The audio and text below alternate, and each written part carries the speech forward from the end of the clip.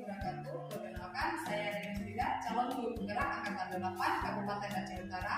Saat ini saya sedang melakukan aksi nyata modul 3.2 coaching sebagai supervisi akademik. Ya. Jadi yang akan menjadi target supervisi akademik saya kali ini adalah rekan saya di sekolah bernama Ibu Nurfosa. Oke, mari kita lakukan kegiatan pra-observasi dengan Ibu Nurfosa. Assalamualaikum Ibu. Waalaikumsalam. Jadi apa kabarnya hari ini? Alhamdulillah baik. Alhamdulillah baik ya Bu ya. Jadi kapan ya saya bisa melakukan supervisi terhadap Ibu?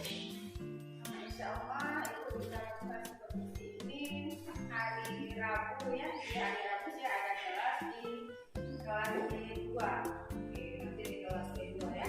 Jadi seperti ini Bu. Kenapa kita lakukan dulu pra supervisi ini? Karena bertujuan nanti supaya kita sama-sama tahu ya. Tahu saya juga paham apa yang ingin saya perhatikan dari Ibu, apa yang ingin saya amati. Jadi Ibu begitu juga akan menyampaikan bagian mana sih yang ingin untuk saya amati lebih lanjut pada saat supervisi nanti Ibu. Yang ingin saya kembangkan Ibu amati nanti yaitu di bagian kognitif dan psikomotor, di mana di bagian kognitif saya ingin anak-anak mengetahui dan mampu menjelaskan apa itu klasifikasi sesuai dengan tujuan pembelajaran saya. Kemudian di bagian psikomotor saya ingin anak-anak ini mampu membuat ladogram. Jadi nanti Ibu nih, setahu saya itu biologi ya kan? Jadi materi apa nanti yang akan Ibu ajarkan pada saat supervisi tersebut? Materi klasifikasi mampu. Dengan tujuan pembelajaran? Tujuan pembelajarannya anak-anak nanti mampu menjelaskan apa itu klasifikasi mampu itu. Kemudian anak-anak bisa membuat ladogram. Oke, gitu. Jadi selain area pengembangan tadi juga Ibu sudah sebutkan, tujuan pembelajaran juga sudah. Strategi pembelajaran yang akan Ibu gunakan nanti seperti apa? Strateginya saya hanya ingin belajar kelompok, saya kasihkan materi, mereka pahami, kemudian kerja kelompok dengan menggunakan strategi. Jadi apakah semua persiapan mengajar Ibu sudah siap seperti RPP, media, dan juga KBD? Alhamdulillah sudah. Oke, sudah siap. Ibu Rosa, jadi ada sedikit lagi yang saya tanyakan, apa yang Ibu dapatkan atau manfaat apa yang Ibu dapatkan dari kegiatan observasi kita ini? Alhamdulillah saya mendapatkan gambaran bagaimana nanti bisa mengajar lebih baik di depannya.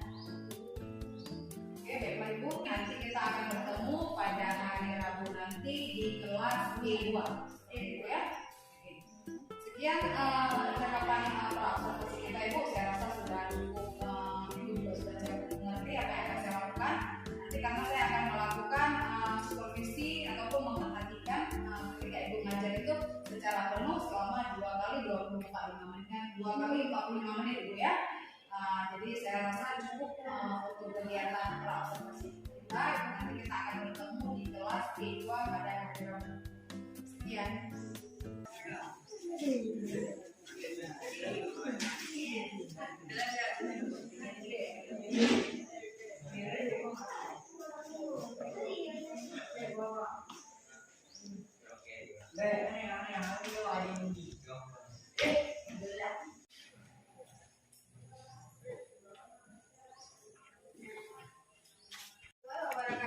Waalaikumsalam warahmatullahi wabarakatuh. Apa kabar hari ini? Baik. Alhamdulillah baik. Ada sarapan dari pagi? Ada. Mau tahu ya sarapan apa kalian tadi pagi? Boleh ya? Boleh. Jadi waktu Ibu mau absen kalian, nanti kamu jawab sarapannya apa, ya? Yang dulu ya. Mau gitu? Mau ya? Sarapan mie instan Bu, buat sendiri atau nasi putih buat sendiri. Bisa ya? Bisa. Ini kelas 10 bahasa Indonesia ya.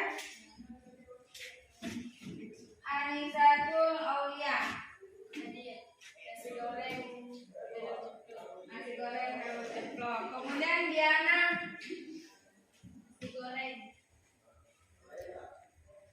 Adil Umam. Misal ini. Indomie ya. Indomie pagi-pagi makan mie. Pagi-pagi makan mie ya. Kulvia Justina sayang. Nasi putih telur ceplok. Kemudian Maisarah. Nasi putih telur dadar. Semua ada pakai telur ya. Berarti semangat dong belajarnya hari ini. Semangat karena udah ada protein, udah ada karbohidrat di dalam tubuhnya ya kan. Berarti semangat. Ada bawa air.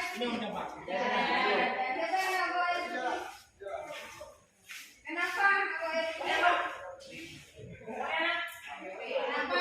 Mau beli aja di sini di kantin. Ya, usahakan nutrisi yang bagus di pagi hari. Tadi yang nggak ada siapa? Tadi? Zaki Rahman ya. Zaki Rahman. Baik, tadi yang nggak hadir cuma satu orang. Kita akan mulai pelajaran hari ini yang siapa lagi? Yang Kulvia Rahman. Dua orang ya? Dua orang yang nggak hadir ya? Kulvia Rahman sama Zaki Rahman.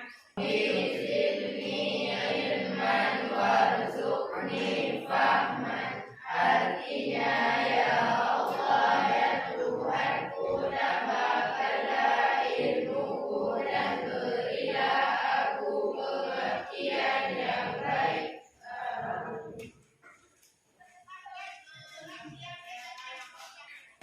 Gen yang kedua, spesies yang ketiga, ekosistem. Nah, ada 3 tingkatan keanekaragaman makhluk hidup. Berarti makhluk hidup itu sangat banyak, sangat beraneka ragam. Dari gen sudah beraneka ragam, kemudian spesies sudah beraneka ragam, kemudian ekosistem juga sudah beraneka ragam. Nah, untuk memudahkan kita mempelajari makhluk hidup yang beraneka ragam, maka dibuatlah suatu pengelompokan untuk memudahkan kita mempelajari makhluk hidup yang beraneka ragam. Jadi materi kita hari ini yaitu pengelompokan makhluk hidup, klasifikasi makhluk hidup. Klasifikasi makhluk hidup. Ada yang tahu apa itu klasifikasi atau pengelompokan? Ada yang tahu? Mengelompokkan suatu barang atau suatu benda. Pernah nggak kamu lakukan itu di rumah? Baju kelompokkan baju sekolah dengan baju sekolah, jilbab sekolah dengan jilbab sekolah. Ada di dalam rumah seperti itu? Ada. Itu namanya pengelompokan. Tujuannya apa? Supaya mempermudah kamu dalam menggunakannya, mengenalnya. Demikian juga pada pengelompokan makhluk hidup. Berdasarkan apa? Berdasarkan baju dirinya, ya kan? Baju sekolah, kegunaannya untuk sekolah dikelompokkan satu tempat. Jilbab dikelompokkan satu tempat. Demikian juga pada klasifikasi makhluk hidup atau pengelompokan makhluk hidup. Misalnya klasifikasi makhluk hidup. Kemudian untuk membuat pengelompokan makhluk hidup, kita coba buat semacam yang namanya kladogram. Kladogram itu untuk melihat sejauh mana kekerabatan, kedekatan, persamaan ciri dari makhluk hidup. Nah, untuk mencapai tujuan pembelajaran kita hari ini, Ibu sudah siapkan LKPD. Ibu sudah siapkan LKPD untuk kalian kerjakan. Caranya seperti apa? Caranya nanti Ibu akan presentasikan materi dengan menggunakan PowerPoint. Kalian simak dengan baik. Setelah disimak dengan baik, Kemudian baru diisi ringkasannya di sini. Di RKPD. Oh, nanti kalau misalnya tidak tercapai, Ibu bisa sampaikan, nampakkan slide videonya. Kalian simak.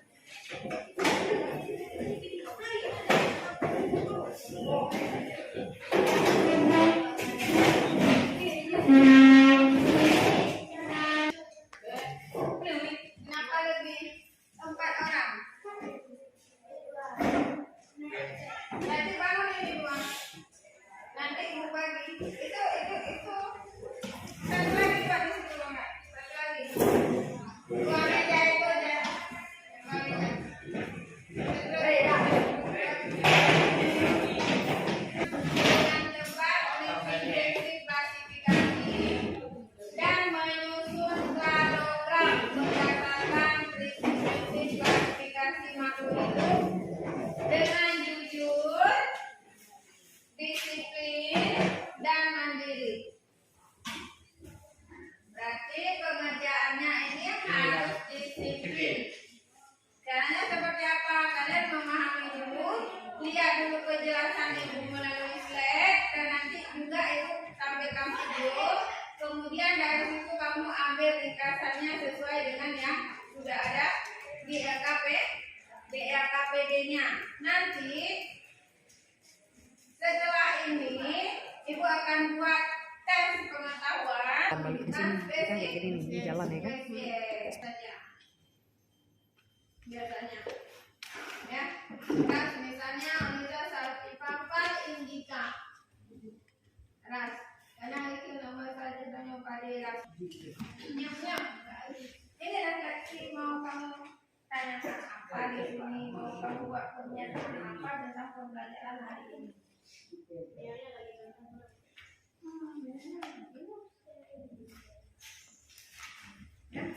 Tuliskan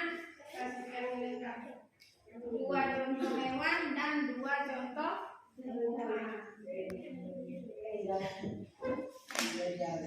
Sudah Ibu kasih waktu 5 menit. Capek memang harus olahraga, kita terasa ngantuk. Tapi kalau kita paksakan tidur dan olahraga, ya. Ini kan ada petunjuknya. Bu jelaskan tadi. Tulis dari tingkatan takson hewannya, tingkatan takson tumbuhan. Cepat ya, siapa cepat dia kelompok yang paling dapatnya. Yang mendukung.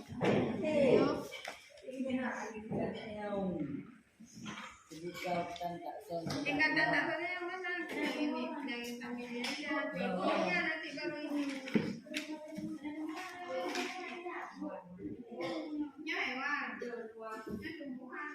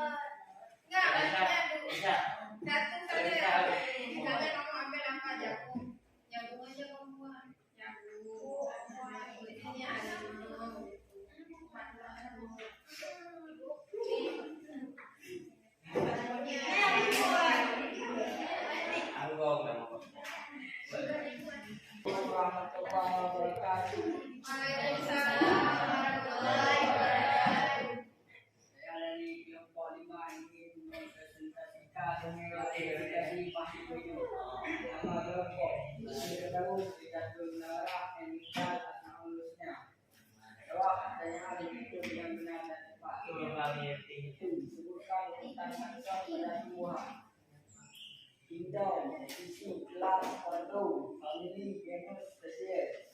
2. Sebutkan urutan takson pada hewan. Bidang, filum, subfilum, kelas, ordo, famili, genus, spesies. Tiga, tuliskan klasifikasi lengkap buat contoh hewan dan buat contoh tumbuhan. Hewan, contoh hewan, harimau, indo, animalia, hidup, kordata, hidup, berasal, kelas, Amalia, ordo carnivora, family Felidae, genus Panthera, spesies Panthera sigris. Contoh tumbuhan daun, Indium Plantae, divisi Rhamnolipida, Amiostepae, sama, refleksi, siskan seperti Assalamualaikum warahmatullahi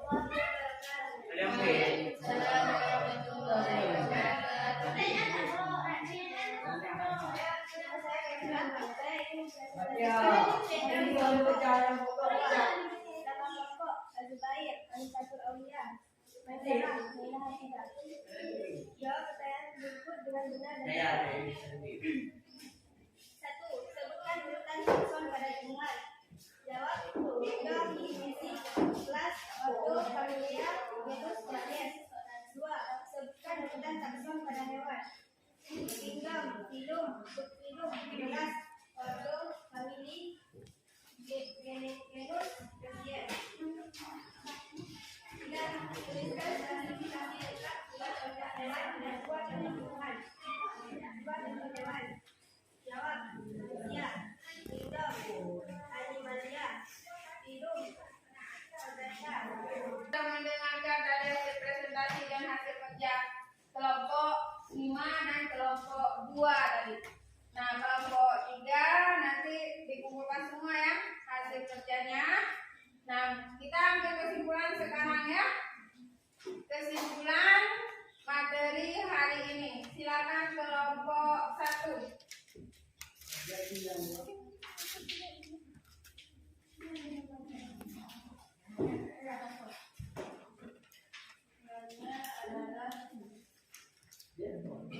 Taksa pada tumbuhan, kingdom, divisi, kelas, ordo, famili, genus, spesies.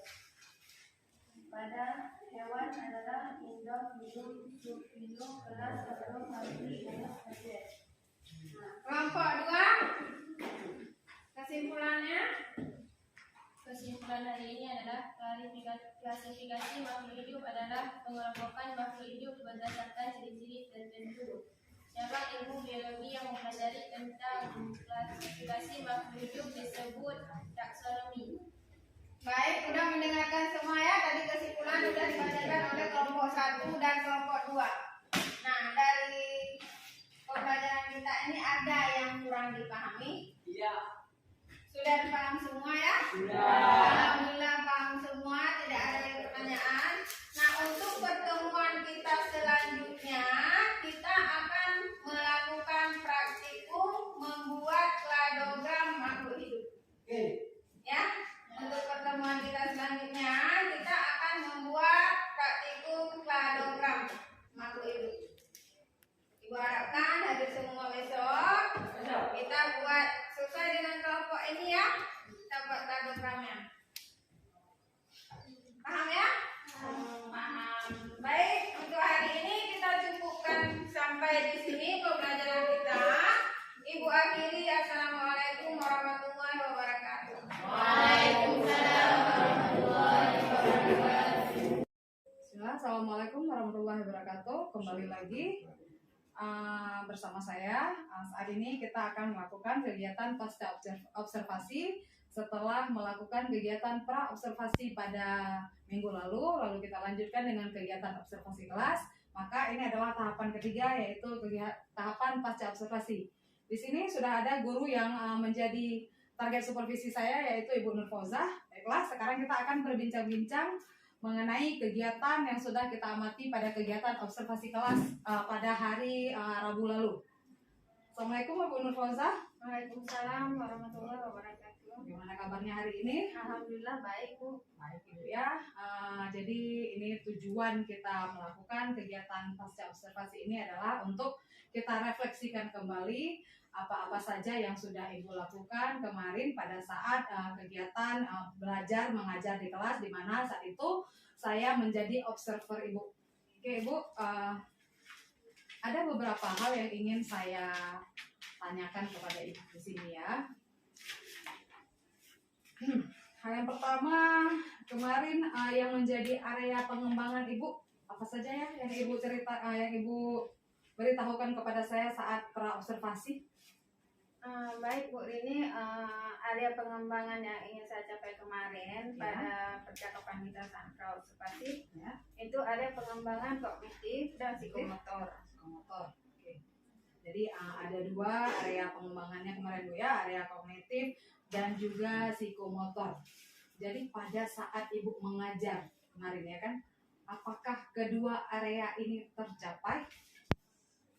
Kedua area ini tercapai ya Bu di area kognitifnya saja, di mana di area psikomotor tidak tercapai ya Bu. Di area kognitif tercapainya pengetahuan anak-anak itu mereka sudah memahami apa itu klasifikasi, kemudian dasar-dasar klasifikasi dan tingkatan takson dalam klasifikasi mereka sudah memahami. Kemudian kami rencanakan pengembangan di area psikomotor, yaitu membuat kladogram. Nah, pada saat membuat kladogram nanti rencananya itu di praktikum. Rencana di praktikumnya tidak bisa langsung di kelas kemarin ya kan, karena waktunya juga terbatas. Jadi untuk pertemuan selanjutnya nanti pembuatan kladogramnya di saat praktikum. Saat praktikum berarti meskipun kemarin Ibu sampaikan tadi ada dua ya kan yang menjadi area pengembangan Ibu, psikomotor dan juga kognitif, tapi yang tercapai hanya kognitifnya saja ya. Berarti nanti psikomotor akan Ibu lakukan saat praktikum. Saat praktikum itu kapan rencana kegiatannya? Rencana kegiatannya pada pertemuan selanjutnya insya Allah Selasa ini, Rabu ini ya, hari Rabu. Berarti Rabu dalam minggu ini ya? Ya, dalam minggu ini. Saat Ibu melakukan kegiatan area pengembangan di area kognitif tadi ya, apakah Ibu memiliki kendala, entah itu internal dari Ibu sendiri ataupun dari siswanya? Apakah ada kendala seperti itu? Setiap kita lakukan pembelajaran ada sih kendala, walaupun kendala itu sangat kecil dan bisa kita atasi. Yang saya rasakan kendalanya di saat pemaparan materi menggunakan slide itu mungkin kebanyakan ya, maksudnya menghabiskan waktu yang banyak di saat itu. Kemudian kendala yang satu lagi pada saat anak-anak mengerjakan LKPD dalam kelompok. Nah, ada anak-anak yang tidak mau terlibat pada saat pengerjaan LKPD dalam kelompok, karena mungkin karena kelompoknya terlalu rame atau gimana ya, ada anak yang tidak terlibat karena ada kelompok terdiri dari 4 orang dan ada yang terdiri dari 5 orang. Jadi tadi berarti kendala Ibu ada dua. Ibu bilang tadi terlalu banyak memakan waktu saat pemaparan materi, dan yang kedua terkendala pada saat anak-anak bekerja kelompok ya. Lalu apa sih solusi yang bisa Ibu berikan supaya hal ini tidak kembali terulang mungkin di pertemuan-pertemuan berikutnya? Solusinya mungkin ke depan saya akan melakukan pengelompokan anak-anak itu dalam kelompok kecil saja. Misalnya terdiri dari 3 orang saja atau 2 orang saja, dan metodenya bisa kita rubah ya. Metodenya bisa kita rubah, maksudnya pemberian tugas di LKPD itu harus individu, kemudian baru mereka diskusi dalam kelompok besar seperti itu. Kemudian pada saat pemaparan materi, saya rasa nantinya pada saat pembuatan slide, saya akan membuat slide yang lebih konkret dan mudah dipahami, lebih kepada gambar pada slide, ya tidak bertele-tele dengan materi. Jadi itu rencana, apakah yang Ibu sampaikan tadi juga merupakan sebuah rencana pengembangan Ibu ke depan? Iya, itu rencana saya ke depan. Rencana pengembangan ke depan. Baiklah, dari percakapan kita ini, mulai dari pra, kemudian pasca observasi, apa sih yang Ibu dapatkan? Alhamdulillah di sini saya sudah mendapatkan cara pembelajaran yang bagus, di mana yang pertama sekali pada saat pengembangan kognitif anak-anak itu tercapai ya, karena mungkin mudah mereka dalam memahami penyampaian materi saya, kemudian mengerjakannya di LKPD. Selanjutnya yang saya dapatkan, insya Allah ke depannya saya bisa merubah dan bisa mengatasi masalah-masalah atau kendala-kendala pada pembelajaran pada pertemuan kemarin. Itu akan diperbaiki pada pertemuan selanjutnya. Jadi ada beberapa hal nih yang sudah kita bicarakan dari tadi kan, kesimpulannya yang bisa Ibu ambil dari percakapan kita ini apa? Kesimpulannya yang bisa saya ambil pada percakapan ini, yang pertama sekali pengembangan area kognitif dan psikomotor saya yang tercapai yaitu di area kognitif saja pada pertemuan kedua itu. Kemudian di area psikomotornya nanti saya akan lanjutkan di praktikum membuat kladogram. Kemudian selanjutnya kesimpulan yang bisa saya ambil, saya akan membuat rencana pembelajaran yang lebih bagus di pertemuan hari Rabu nanti. Kemudian apa lagi? Kesimpulannya sudah ada rencana di dalam pemikiran saya sudah ada rencana untuk membuat rencana pembelajaran itu yang lebih konkret, sederhana dan mudah dipahami, di mana nantinya pada saat penyampaian materi menggunakan slide itu tidak bertele-tele. Saya akan membuat slide yang mudah dipahami oleh anak-anak. Berarti dari percakapan kita mulai dari pra kemudian observasi, Ibu dapat menyimpulkan beberapa hal yang mungkin ada kekurangan untuk kemudian Ibu sempurnakan pada jadwal-jadwal mengajar Ibu berikutnya, seperti itu Ibu ya. Oke, jadi sekian kegiatan pasca observasi kita. Saat ini kita akan mendengar tanggapan dari PP saya, Bapak Samsul. Kepada Bapak, kami persilakan. Alhamdulillah, assalamualaikum warahmatullahi wabarakatuh. Waalaikumsalam warahmatullahi wabarakatuh. Puji kepada Allah, selawat kepada Rasulullah. Terima kasih atas apa yang sudah dilakukan dalam wawancara pasca observasi mengajar di kelas hari Rabu kemarin. Sementara observernya di sini adalah Ibu Rini Yusfidal terhadap Ibu Nur Fauzah.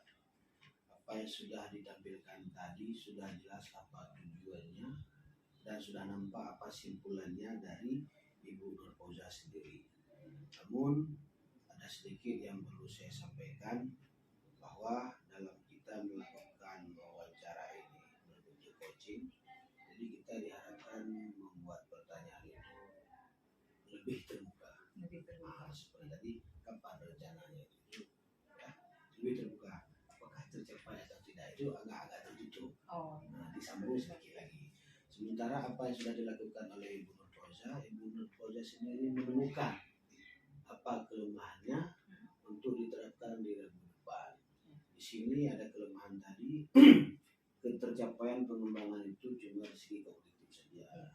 Dan program ke depan supaya psikomotornya juga dapat, maka dilakukan praktikum ketika kladogram. Alhamdulillah ada 4 simpulan tadi. Semoga apa yang Ibu sampaikan ini bisa menjadi rujukan untuk mempersiapkan persiapan pembelajaran ke depan. Alhamdulillah, terima kasih. Ini yang kita harapkan, tidak cuma kita berbicara di sini, tapi kita betul-betul melakukan action di lapangan. Semoga ini bisa ditularkan kepada teman-teman. Terima kasih. Assalamualaikum warahmatullahi wabarakatuh. Waalaikumsalam warahmatullahi wabarakatuh. Sekian kegiatan serangkaian kegiatan coaching untuk supervisi akademik kita pada modul 2.3 ini. Saya akhiri, wabillahi taufiq wal hidayah. Assalamualaikum warahmatullahi wabarakatuh. Waalaikumsalam warahmatullahi wabarakatuh.